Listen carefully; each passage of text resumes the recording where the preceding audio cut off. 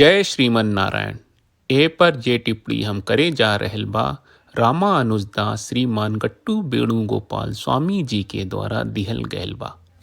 अध्याय 6 आत्म संयम योग श्लोक 47। योगिनामपि सर्वेषां मद्गतेन अंतरात्मना श्रद्धावान् भजते यो मां समे युक्ततमो मतः।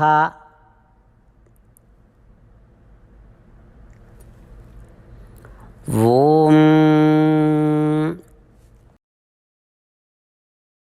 गीताचार्य श्री कृष्ण परमात्मा अर्जुन समेत हमनी सबके आत्म संयम योग सिखा रहल बानी। परमात्मा कहत बाड़न, अर्जुन अब तक हम ई बतावले बानी कि साधना करे वाला और आत्मदर्शन आ आत्म साक्षात्कार के प्राप्त के प्रयास करे वाला योगी सबसे बड़न होला। अब हम बतावत बानी कि वो योगी से भी के बड़बा। ता हमार बात सुनिए। अर्जुन का तो जानत बाड़न कि ओ योगी से के बड़बा। हमार भक्त ओ योगी से हमार भक्त बड़बा। ता हमार भक्त के है? जे हमरा के सदैव ध्यान करेला ऊ हमार भक्त है।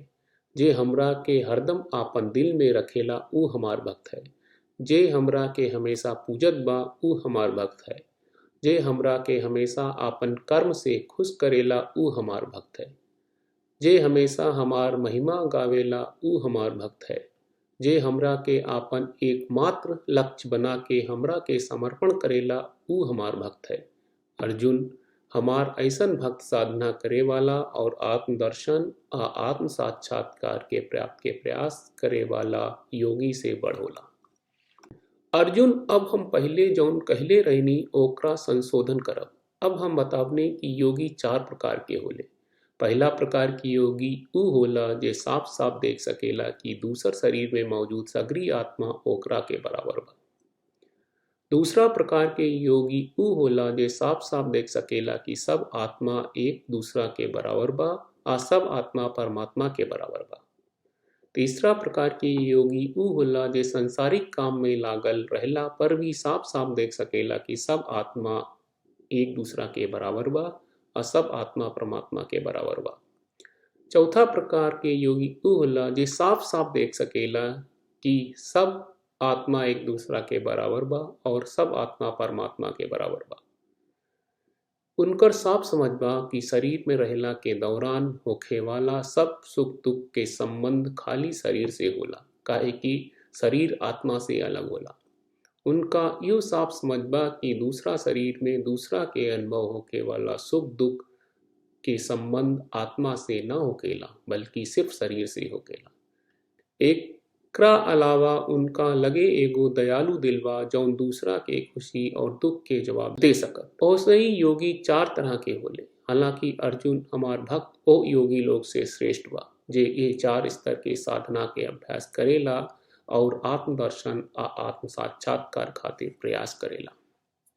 जैसे कि श्री कृष्ण परमात्मा साफ साफ खुलासा करत बाड़न कि उनकर भक्त बाकी सबसे बड़न बा और ऊ हमनी सभे के सवेले बढ़िया के प्राप्त खातिर आपन भक्त बने खातिर प्रेरित कर रहल बाड़न। श्री कृष्ण परमात्मा के शिक्षा के ध्यान करत, श्री कृष्ण परमात्मा के वचन के ध्यान से सुनत आ ई जन्म के सार्थक बनावे खातिर श्री कृष्ण परमात्मा के भक्त बने की कोशिश करत घरी श्री कृष्ण परमात्मा के वचन के जैसन बा वैसन दोहराई जा। योगिनामपि सर्वेषां मद्गतेनान्तरात्मना श्रद्धावान् भजते यो मां समे युक्ततमो मतः। श्रीमद् भगवत गीता का पूरा सार श्री कृष्ण परमात्मा ने अध्याय 18वें के श्लोक 65 से 70 में 8 काम करे खातिर दिले बाड़े।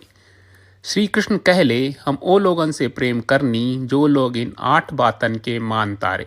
हम ओ भक्तन के हर तरह से रक्षा करब श्री कृष्ण परमात्मा के द्वारा बोलल गईल संपूर्ण भगवत गीता सुनला के बाद अर्जुन कहले, करिष्ये वचनम त्वा, जेके मतलब बा, कृष्ण मैं उही करब जौन आप कही। यही कारण बा श्री कृष्ण अर्जुन के हर तरह के सफलता आ विजय प्रदान करेले। आई परमात्मा के आपन व्रत देई कि हमनी के ये 8 गौ कर्म के पालन करी जा।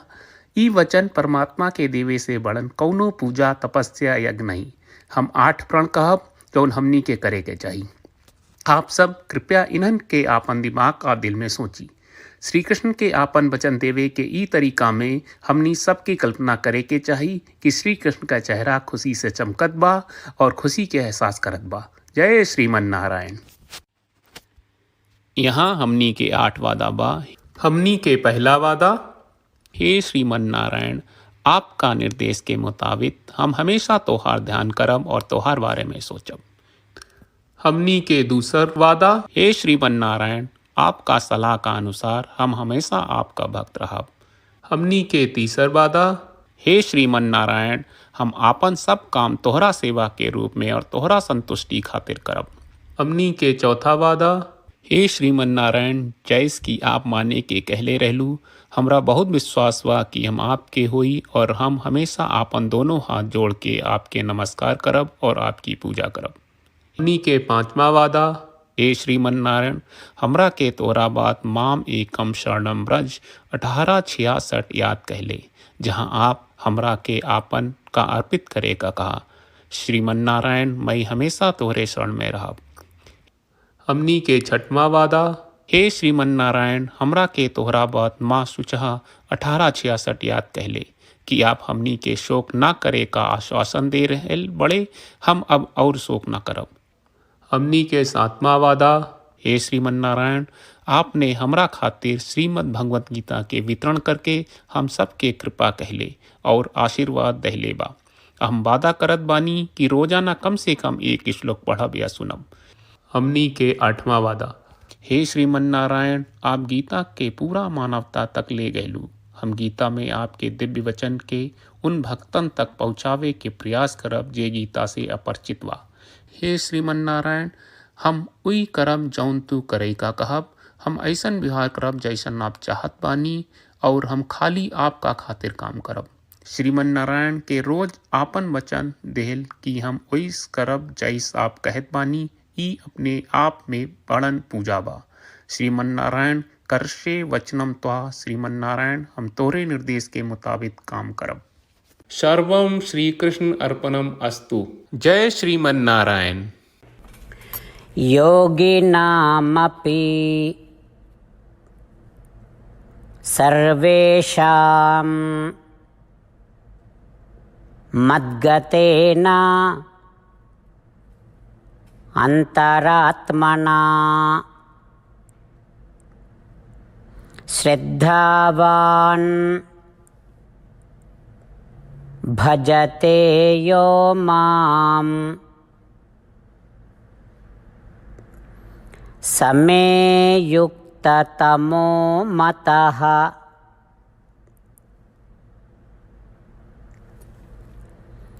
ॐ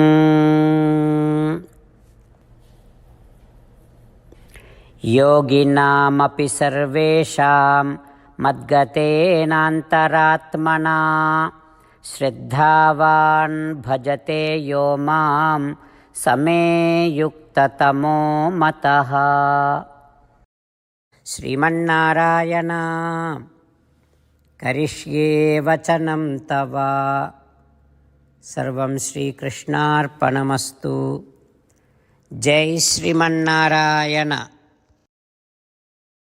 जय श्रीमन नारायण। सब भक्त लोगों से विशेष अनुरोध बा, जीवन में हर चीज में हमनी के तत्कालिक और प्रभावशाली परिणाम की अपेक्षा रहेला। एकरा खातिर आइए रोजाना 1 मिनट के समय निकालल जाए और नारायण आश्रम पढ़ल जाए।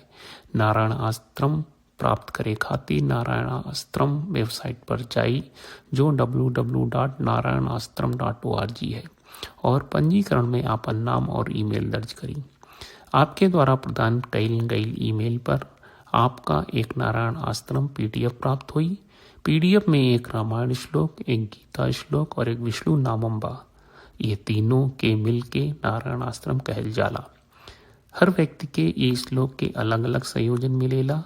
जब हर कोई 24,000 भक्तन के साथ रोजाना आपन नारायण आश्रम पढ़त आ सुनत बा ता हर दिन संपूर्ण रामायण का एक दौर, श्रीमद् भगवत गीता पारायण के 33 दौर और श्री विष्णु सहस्त्रनाम स्तोत्र पारायण के 24 दौर प्रतिदिन पूरा होएला।